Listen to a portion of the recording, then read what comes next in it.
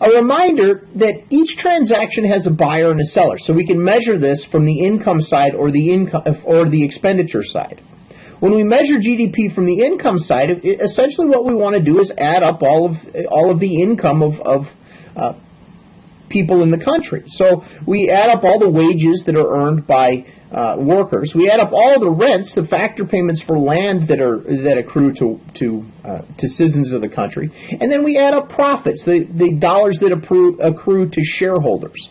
So wages, rents, and profits, if we add all these things up, we'll get a grand total of the sources of income for the citizens, and this will give us a measure of how big the economy is in terms of GDP. Now, we'll note that this balances with the expenditure method, which is much more commonly used, and the components of which are very important to understand individually. When we measure through expenditures, we categorize things in four components. The first component and the largest component of GDP is consumption. Consumption represents the consumption of goods and services by consumers. The next one is investment. The next one is government spending, and then the final one is net exports, or the difference between the amount of goods that we export to countries abroad versus what we import. Note that GDP can be expressed by this equation, and it's typical to represent GDP with Y, with the letter Y. Y is equal to C plus I plus G plus NX. This is going to be an equation that you'll see several times between now and the end of the semester. Let's take a look at the components.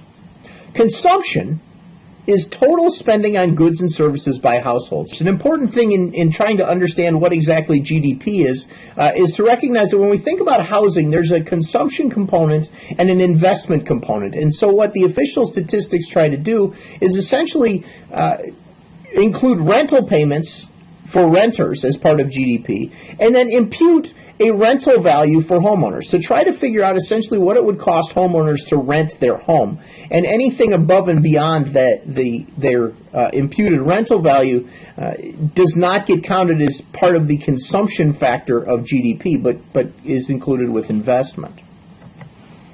So what's investment? Investment is spending on things that will be used in the future to produce more goods.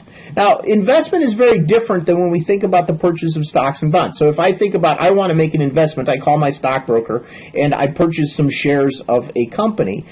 This is a purely financial transaction. All I'm doing is purchasing shares that one person owns with my own money. So I'm not creating anything, I'm not building anything, I'm not consuming any final goods. All I'm doing is initiating a transfer of ownership of those stocks from the other person to me. I'm trading my dollars in exchange for those stocks, and this is a purely financial transaction. There's no final good being created or consumed here. What GDP includes when we think about the investment category is the purchases that companies make to build things, right? So we think about companies who purchase capital equipment and machinery, who buy buildings and land, and who build up inventories and stores of goods that can be sold in the future. So investment represents total spending on things that will be used to produce in more goods in the future, and these are final goods. Government spending.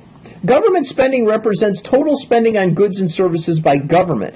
It's also important here to note that government spending as part of GDP does not include an awful lot of the spending that government does that's not for final goods and services. For instance, Social Security payments or unemployment insurance payments. These are transfers. When I receive a Social Security check, that doesn't count as government spending. When I take that Social Security check and spend it on the consumption of final goods and services for my own household, that is when it appears in gross domestic product. So when we think about expenditures, the transfer payments from government to workers that are not in exchange for some final good or services, those do not represent part of GDP. Government wages or transfers to government employees for doing work, those represent payments on final goods and services, and so those are rightly counted in GDP, but pure transfer payments do not. Net exports. Exports include spending on includes spending on goods and services by people who live abroad. So when we ship goods overseas, these are exports. Imports represent spending by Americans or domestic residents on goods produced abroad. So when we purchase things that come from Canada or Mexico, those are imports. And when we think about gross domestic product, we want to consider the net. We want to think about the things that we produce at home. So we consider the things that we export net of what we import. In the United States, we'll take a look at the components of GDP, and this is data from 2013. In 2013, GDP in the United States was approximately $16 trillion, of which almost 70% of that was represented by consumption. About $10.8 billion was consumption. About $2.6 billion came from investment, $2.9 billion from government spending, and $383 billion negative was net exports. That is, we exported $383 billion less than we imported. On a per-person basis, this breaks down to $53,000 per person total, about $36,000 of which is consumed, almost $9,000 is invested, about $10,000 is represented by government spending. We import about $1,000 more than we export on a per-person basis.